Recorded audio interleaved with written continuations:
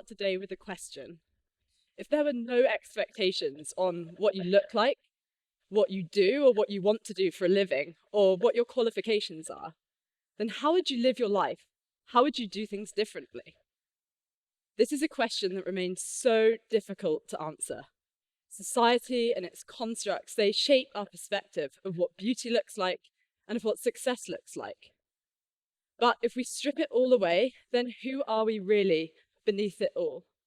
How can we see through these expectations and let our individual power and uniqueness shine? Today I want to tell a story of how this question set me free, but also of how it serves as an anchor point for me to come back to throughout my life, time and time again. I hope that by telling my story, I can also inspire you to ask yourself that same question. So starting with a picture, what do you see here? You see a confident-looking young woman. I'm at a science fair. I'm presenting. I look pretty sure in who I am, right? But a picture can never tell you the full story.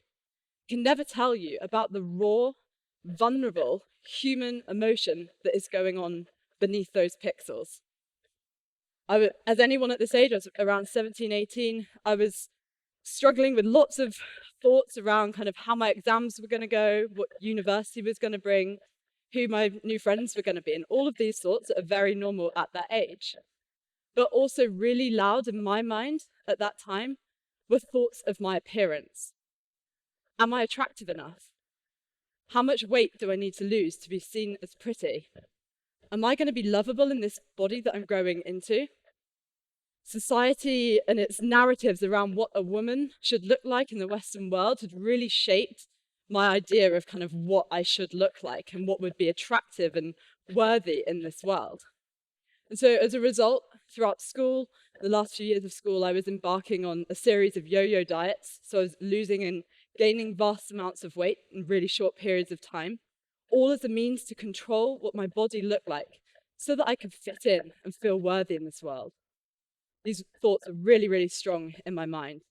And I come back to the point here that what you see on the outside in those photos, that confident, outgoing young woman, did not translate to what was going on for me inside at that time. So I probably exuded an air of confidence as I left school and I made my way to university. But university put me in a setting where these thoughts were set onto turbocharge. It was a really intense academic environment. And I started to feel like the one thing that I really could control was exercise and what my body looked like. So it was what started as yo-yo dieting in secondary school that evolved into what is known as the eating disorder bulimia. It also happens to be Eating Disorder Awareness Week this week, so this is actually quite apt. But yeah, bulimia is characterized by generally large periods of restriction, so food deprivation or over-exercise, and is then typically followed by kind of intense, what we call binges. So basically eating pretty much everything in sight, and I'm talking like entire cupboards or fridge fulls of food at a time. And then often there's a lot of shame and guilt that's then associated with that, and it often leads to purging or kind of vomiting what has just been eaten. This kickstarts a very, very self-perpetuating cycle. Brains are very complex, but very clever things, and they do a lot of work to keep us safe in this world. And in this situation, my brain was genuinely thinking that starvation could be around any corner. I'd convinced my brain that that was a possibility. And so instead of thinking rationally about my food choices, my brain was kind of overriding any logical thinking and was convincing me to eat everything in sight. And it's such a hard cycle to escape, and it leads to such intense, lonely feelings of shame and ultimately depression. This is what I was battling inside. But here's the thing, again, looking at me, you would honestly never have thought it. This happy, confident, smiling, sporty, outgoing young woman was surely the embodiment of confidence. But that whirlwind of thought and emotion that was going on inside did not translate to what my life looked like in person, in pictures, or on paper. So it was towards the end of university that I could no longer even bring myself to face social occasions. And if I did make it there, it was rare that I would actually enjoy them. And it was becoming a really, really lonely, dark time. I knew I needed to find a way out. I knew that this wasn't sustainable, but I just didn't know how I was going to do it. I was really lucky to receive a few sessions of therapy around this time, although unfortunately it was really, really hard to come by. So I set out also on a bit of a journey of kind of self-exploration around this and trying to work out what I could do to help myself. I would download books on eating disorders, often hiding them because I was feeling all this shame around it, and try and understand what people had done that worked for them. I listened to therapists and eating disorder professionals talking about what works. And I would listen to podcasts, watch YouTube videos about people who have been through similar, and try and learn from them. Really importantly, I learned the power of taking lots of small steps every single day outside of your comfort zone. So challenging your default beliefs and challenging these old ideas that we have about the world. So I would try things like maybe not deleting that photo that I felt really uncomfortable with, that I was really self-critical of. I would often see a photo of myself that I would deem, well, I felt I looked too big or looked chubby. And at the time, I was really self-critical of that. Looking back on it now, I realized just how beautiful those parts of me were. But at the time, it felt terrifying. But I would see, can I just post this photo even if I hate it? Or can I just at least not delete it? Or I would say yes to pudding instead of no, because that's what my body deserves. And that's what's going to teach my brain that I can be safe around food. So I would try all of these small steps. And then at the end of university, I took a bit of a leap of faith. And I moved to New Zealand to start studying for a PhD in volcanoes and tsunamis. This was a bit of a fresh start for me, and it was really refreshing to have no kind of expectations on there of me because no one knew me, so the only expectation was from myself. It was out in New Zealand that I started to discover concepts around the mind and around the psychology of eating disorders and the psychology of happiness. I started to realize that if I let go of dieting and I started to, instead of focusing on external factors and what my life looked like on the outside to other people, if I started focusing on within for once, that would bring me the true love and the self-worth that all along, deep down, I have been really, really searching for. So my question, my North Star was, how can I find a way to love and to value myself regardless of what other people think, regardless of what I think, and regardless of what my body looks like on the outside? I was starting to learn that this had to come from me, and it had to come from me before anyone else. So it was in New Zealand that I reached the happiest and the heaviest that I had ever been. Now, those were two words that I did not think could go together. And I can tell you now that 10 years ago, I would definitely not think I was going to put some photos up in front of who knows how many hundreds of people confidently and feel safe to do that. But here I am. It's real. My brain has changed and my brain has learned that this is a safe thing to do. This is me, and it's perfect, exactly as I am. And also I want to make the point here that what is healthier than if you are feeling great from the inside? So this really showed me how far I've come. We're going to pivot to talking about the brain now. So I talked a little bit about the brain in the context of bulimia and how it tries to keep us safe. But I want to talk a little bit now about why this worked. So why taking all of these small steps, challenging my old beliefs, and stepping outside of my comfort zone, why that worked. And this is applicable whether it's in eating disorder, negative body image, general mental health, depression, anxiety, or you're just dealing with a tricky brain. What I'm going to say here is true of all of us humans. We all have brains. So you may have heard of the concept of neuroplasticity. It's a kind of scary sounding word, but it basically refers to the brain's ability to build new connections, can change, and it can adapt. And our brains really have a phenomenal ability to do this. So I see the brain a bit like a muscle, and that's why I love this graphic. You're not going to go to the gym, having never lifted a weight before, pile on all of the weights little by little, and then just pick it all up, right? That doesn't happen. You can't just do that overnight. Building muscle takes time. You would add on one at a time, maybe take some time to recover. Small additions practice maybe long periods of recovery where it just doesn't feel good. Maybe one day you'd be able to lift that weight. And the same is very true of the brain. And when I talk about kind of adding on little by little, what's actually happening in the brain is we're building new connections, we're building new perspectives and ways of seeing the world. And these are referred to as neural pathways.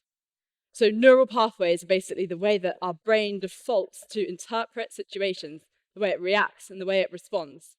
And I see these like a pathway in the physical sense of the word. So let's say your entire life, you've walked to school from A to B, there's this route that you know and love. You know it like the back of your hand. There's loads of twists and turns, but you're not going to get lost. You've done that so many times, you feel comfortable doing it. But maybe one day, someone shows you an alternative route is possible.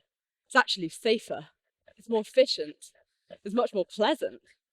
So you follow them tentatively, but it's pretty confusing. You maybe get lost and you're feeling uncomfortable. You don't trust yourself to do that by yourself. But if you practiced and you showed up every single day and you practiced walking that new route, then that pathway could become embedded in your mind to the point that the old way might become irrelevant. It might become like no use anymore. It might even overgrow and just be a total thing of the past. So this is exactly what is happening in our brain when our brain is changing. We're building these new ways of viewing the world that can become so developed that we forget our old defaults. They become a true thing of the past. The brain has a phenomenal ability to change. And by showing up every single day and by challenging these core beliefs that I had, which is very hard to do when it's so embedded in society, it's so embedded in like a lot of people's opinions and views of the world, but by challenging that, no matter how hard it was, my brain was learning that it is safe to be me, safe to be a human and to show up and make mistakes, but also importantly, it's safe around food. I'm not going to starve. Food isn't going anywhere, and I'm safe in my body, I'm safe exactly as I am, and lovable, worthy in this world. My brain was changing. So fast forward 5 years, and here I am today, the other side of my eating disorder recovery. My recovery taught me so much about the magnitude of change that is possible in the brain, and it gave me such a hope and inspiration for what is possible in others too, and to start sharing this message. It took me to take a total career pivot, so I moved from my fascinating world of volcanoes and tsunamis into the digital mental health space. So I now work as a data scientist, developing tools to help support people when they need it the most. This work is so important to me. It's one of the key things that I wish I had, was the ability to get help when I needed it. This was a career transition that I wouldn't have thought was possible, but with the passion from the inside, I was able to make it happen. But as much as I want this to be a story of hope and an inspiration for what is possible, I also want it to be a reminder that whatever your journey, whether it's an eating disorder or mental health in general, to be kind and to be patient and gentle with yourself along the way. No journey of healing and finding safety within is linear. It's never a straight path from A to B. There are times where you feel like you are back at square one. You've done all you can and you're back taking that old path and the one that you know so well. And you feel like you've taken 10 steps backwards, 1 step forward. That will always happen. It's never linear. It's always a constant journey, a growth, an expansion of what is possible. And I also don't think that there's ever really a definitive endpoint. Okay, so while I'm on the other side of my eating disorder, some reality for you all today was it has been an absolute battle in my mind of whether to show up or not and give this talk. The past 2 months have been really, really hard for me mentally. I've been struggling with all sorts of other things, just my mind telling me I'm not good enough. I haven't got anything to say. I'm struggling so much inside. I can't find words and inspiration to write this stuff down on paper that I so desperately want to share. But I knew that if I took this step outside my comfort zone and tried to show up, even if my body is holding so much fear right now, as I'm sure it is for many of the other speakers too, and even if I stumble my words, I forget, or the slides go wrong or whatever, I'm still lovable and I'm still worthy exactly as I am. I'm safe to be here. just as you are all safe to be here too. And when I went back and asked myself that question that I posed at the start, if people's opinions and expectations were not driving your behaviors, then how would you do things differently? And my answer to that is I would show up and I would share this talk and I would share this message that I so deeply believe in. And I know that if these words can touch the hearts of just a few people in this audience today and inspire you to journey within, take steps outside your comfort zone, and know fundamentally that change is possible, then being here was 100% worth it. So I want to leave you today with a reminder to journey within, to let go of these ideas of trying to fix the outside if you can. It's a really hard thing to do. So journey within. Take your time with it. Be patient. These journeys are never quick. Like I mentioned with the brain, it takes time. Be yourself, most importantly. And some of the other talks have really alluded to that today. Be yourself and let your individual power and your uniqueness shine. Thank you.